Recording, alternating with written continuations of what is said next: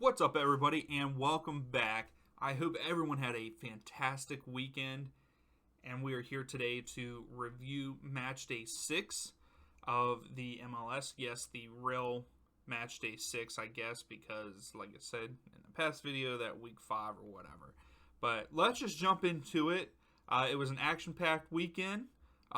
Feels like a lot of goals again, not very low scoring. We had, some 3-2s, 3-1s, a lot of 2+ goal games. So, first up, we have Orlando City versus Chicago Fire.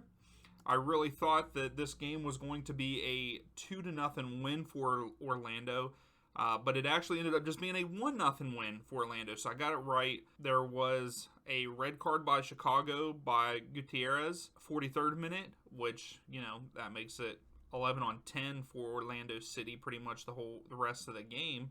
I mean, actually a whole half. So, and the goal comes in the 59th minute for Kara, and it was assisted by Pato. So then we had a couple of yellow cards after that, but that was about it for this game. And Pato actually got man of the match for this game. So that leads us into our next game, which was Charlotte versus Atlanta, which ended up being on Sunday. I thought this was going to be a 2-2 draw, but it actually ended up being a 1-0 win for Charlotte. The goal came early in the 11th minute. It was Olympiacos. But other than that, not much happened. I know some people were complaining that the ref did a terrible job from Atlanta's point of view. But also at the same time, I heard some fans from Charlotte said that the reffing was bad. I didn't think it was too awful. I was busy redoing my office, so I had the game up in the background, was watching it here and there.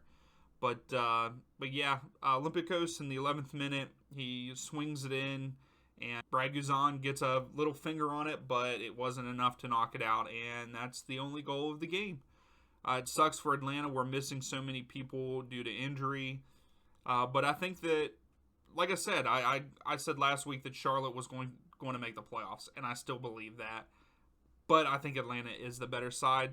Just sucks having all the injuries that we do have. So that leads us into our next game, Red Bull versus Montreal. I thought that Red Bull were going to win this game 3-1, and actually they ended up losing 2-1 to Montreal. Fernandez for Red Bull scored in the 14th minute to give them a lead 1-0, but then Camacho and Kyoto score for Montreal to win the game. The first goal came in the 71st minute, and the second goal came in the 81st minute. So kind of waited until the last 10 minutes to secure that win, and Camacho gets the player of the match according to this website with an 8.7 rating. Moving on, we have Inter Miami versus the Revs. What is going on with the Revs right now? I thought that this was going to be a 2-1 win for them in Miami, but actually Miami wins 3-2, a 5-goal game, which is crazy.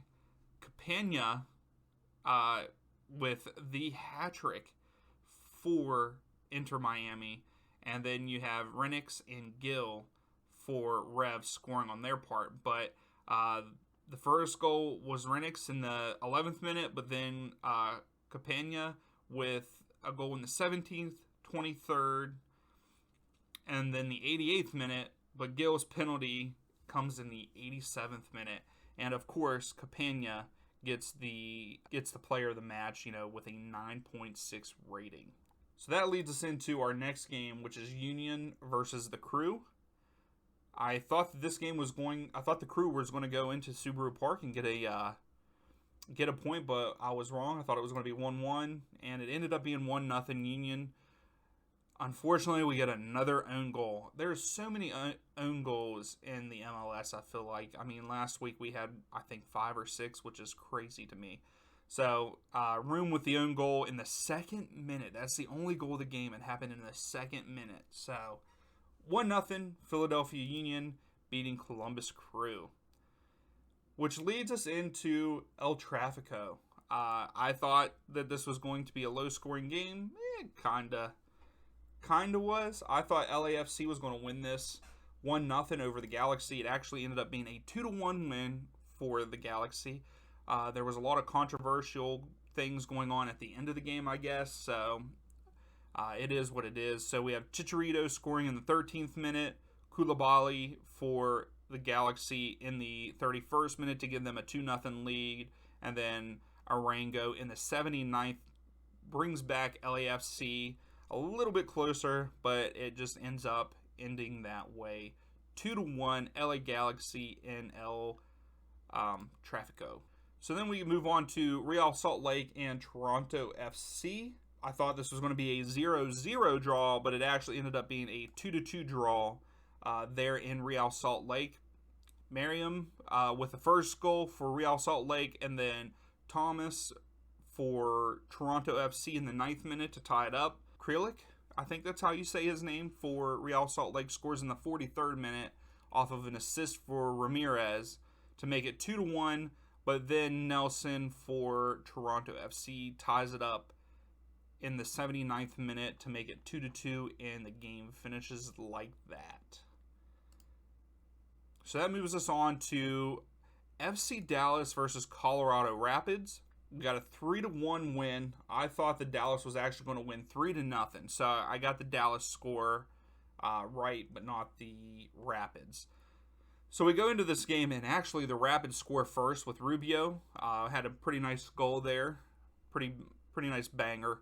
And then Cervenia with a goal assisted by Velasco for FC Dallas, and then our boy Jesus Ferreira, Farfan gives him a nice little pass there at the top of the box, the 18-yard box. He turns around, puts it in bottom right corner, and then for his second goal in the 89th minute to put the game to rest, Cervenia gives a nice deep through, not a deep, but he gives him a through ball, and the defender misses it, and Jesus Ferreira is 1v1 with the goalie, and he keeps his composure, takes a step to the left, and uses his left foot to put it in the goal. I think if Jesus Ferreira keeps playing the way he is playing, I mean, he is tied for first in goals in the MLS with 5. I think if he continues to play like he is playing, yes, it is the MLS, and U.S. fans would probably disagree with me, but if he keeps this form up through November, he should be our starting striker. Just my opinion, and I'll touch more on that later. But yes, I can't see anybody else with the playing time that he's getting compared to our other strikers. Right now, he is clearly our number one striker for the U.S., my opinion. So that leads us into the other Dallas team. We got Houston Dynamo versus the Earthquakes. I thought that Houston was going to win this game 2-1. They actually ended up winning it 4-3 over San Jose. We get a goal by Carlos Ferreira in the 8th minute for Houston, and then Ibusi gets a goal for Earthquakes in the 25th and then the 28th minute to put them up 2-1. And then Quintero scores for Houston to make it 2-2 in the 43rd. And then Hadabi, I think that's how you say it, for Houston, gets scores in the 57th minute to make it 3-2. And then Carlos Ferreira with his second goal comes in the 68th minute to make it 4-2 Houston. And then Thompson gets a goal for Earthquakes in the 77th minute to draw them back a little bit closer. But unfortunately, they run out of time, and it ends up 4-3 for Houston. Sporting KC versus Nashville SC. I thought this game was going to be a 1-1 win, a 1-1 draw, but it actually ended up being a 2-1 win for Nashville. It started off with a missed penalty by Mukhtar, which is very, very surprising to me. But then Walter for Sporting KC scores in the 25th minute with a assist by Ben Sweat. And then David Romney scores in the 51st minute to tie it up for Nashville. And then Spanog in the 68th minute scores to give Nashville the lead. And that is how the game ends. So we move on to the last game on Saturday, which is Vancouver Whitecaps versus the Timbers.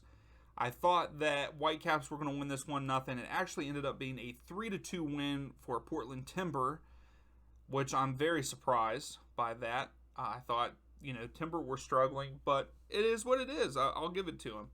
So it starts out in the 42nd minute. Asprilla with a penalty for Timbers to give them the lead 1-0.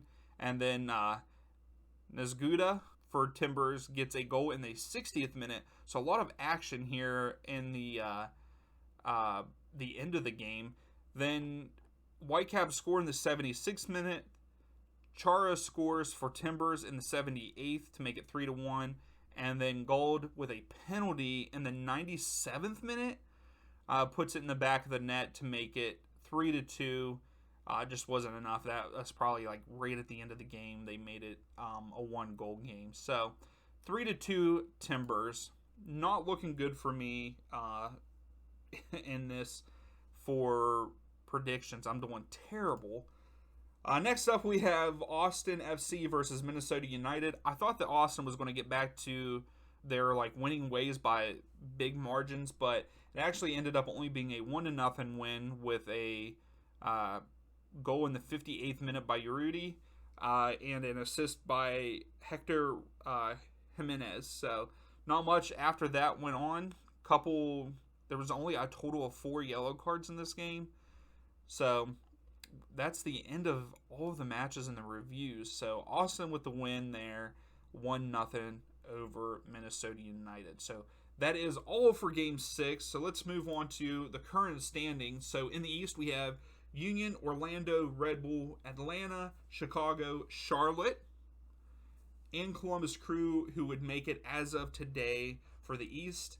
And for the West, we have both LA teams at the top there, Salt Lake City, Austin FC, Dallas, Houston, and my other team, Nashville SC, sneaking in there in the 7th place. So that is the current standings right now in the MLS.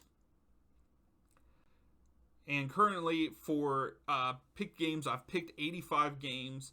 We've only gotten the winner correct 34 times. I feel like a failure for these videos for not being better than that. And we still only have 4 perfect games. So that leads us into our team of the week, which our team of the week, I have to go with FC Dallas. They had the biggest gap in score, winning 3-1. So that is my team of the week. And then, of course, the player of the week has to go to Campana with a hat-trick for Inter Miami. So if you like the video, please give it a thumbs up. Let me know down below what you thought of this weekend.